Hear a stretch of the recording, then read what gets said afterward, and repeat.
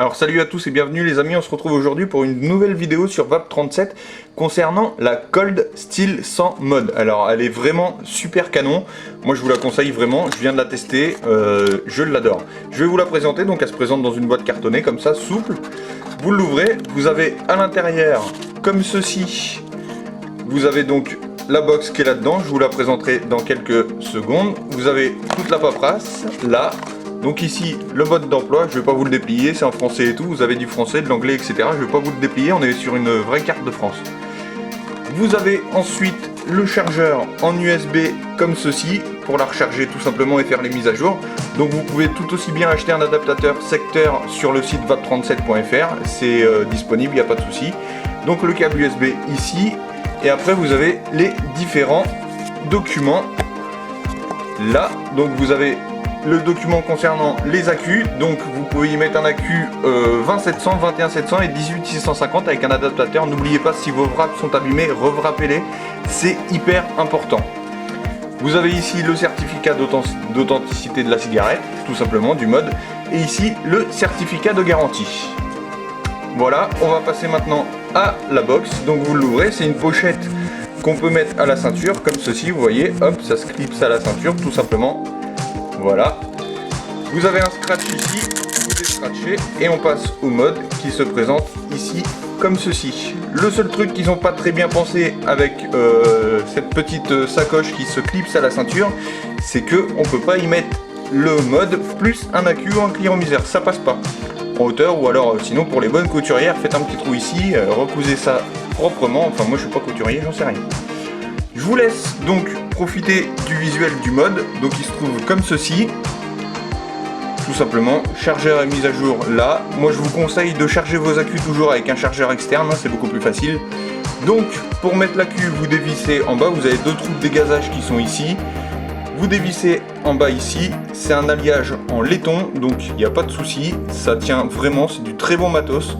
Vous avez l'adaptateur 18650 qui se trouve ici. Vous prenez votre accu tout simplement, vous le mettez avec l'adaptateur, hop, comme ça, vous revissez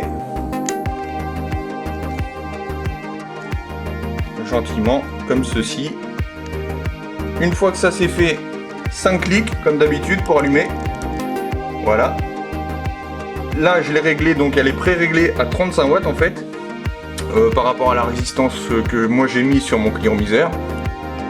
Là vous voyez qu'elle est verrouillée et que en fait elle n'a pas de, elle a pas l'accu.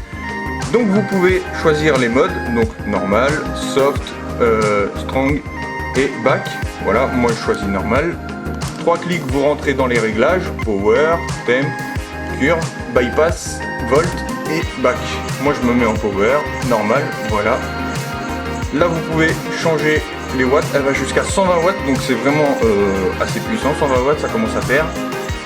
Vous appuyez sur le plus et le fire en même temps, comme ceci, vous voyez que ça verrouille, donc en fait ça verrouille les deux boutons plus et moins, vous pouvez plus changer les réglages au cas où elle est dans la poche ou quoi que ce soit. Ça peut pas appuyer dessus et changer les réglages sans le vouloir.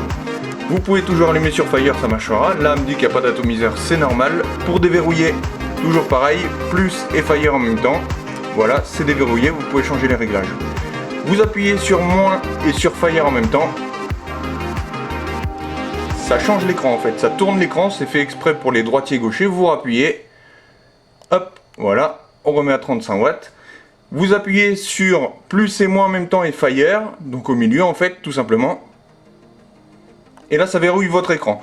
Votre écran ne s'allumera plus, c'est juste fait en fait pour économiser de la batterie, donc c'est pas trop mal pensé non plus.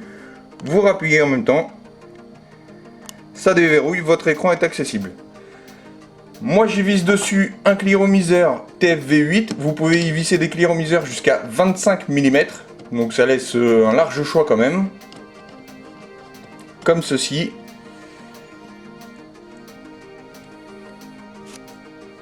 Elle le reconnaît automatiquement, vous voyez, elle me dit la valeur de ma résistance, 0,65. Là vous allez l'entendre, ça fonctionne. Je vous fais un petit test vite fait.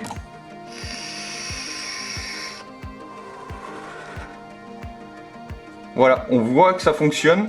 C'est vraiment du très très bon matos, c'est très bien fini. En main, elle est vraiment super à l'aise. C'est vraiment hyper confortable en main. C'est assez lourd hein, quand même. C'est du bon matos. On voit que c'est de la belle finition. C'est assez lourd en main, vous le sentez. Mais moi j'aime bien tout ce qui en impose un petit peu. Pas ce qui se voit, mais ce qui fait du poids. On sent qu'il y a quelque chose, que c'est de la très belle finition. C'est très bien fini. C'est du très bon matos. Voilà, je vous conseille de la tester, elle est en ligne sur notre site www.vape37.fr. Bonne journée les amis.